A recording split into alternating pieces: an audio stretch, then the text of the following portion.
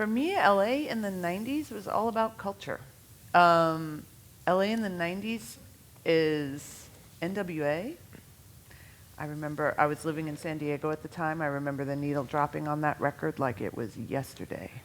Which NWA? Not Straight Outta Compton. Mm-hmm. That's 88. 88, yep. That's But the that's 90s. well, if you're going to stick all close to the numbers, that's fine. But when the needle dropped on NWA Straight Outta Compton, something shifted for me and a lot of my friends. And that was that LA was all of a sudden a place where culture was made.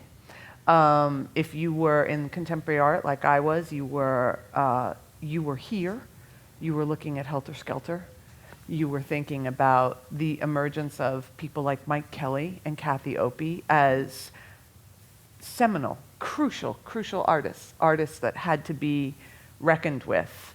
And the whole idea of LA as some other kind of place really started to diminish. It became increasingly over the decade a place you had to visit, a place you had to go to if you were interested in either contemporary music or contemporary art. And it was also the beginning for a lot of us on the other side of the country. For those of us who were trying to think about postmodernism, LA was it. Jean Baudrillard wrote about the Bonaventure Hotel, and Mike Davis wrote City of Quartz.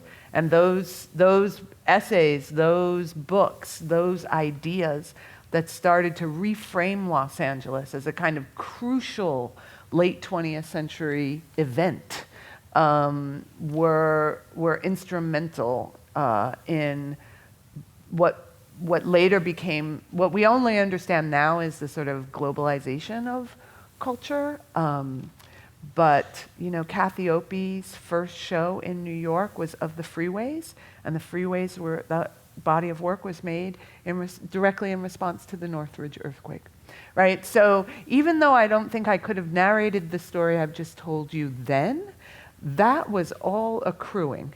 And that by the time you get to, 2004, so if you bookend the 90s, generously from 88 to like 04, by 04, everyone who lives in New York understands you have to come to LA at least 2 or 3 times a year if you're going to be on top of anything in contemporary art.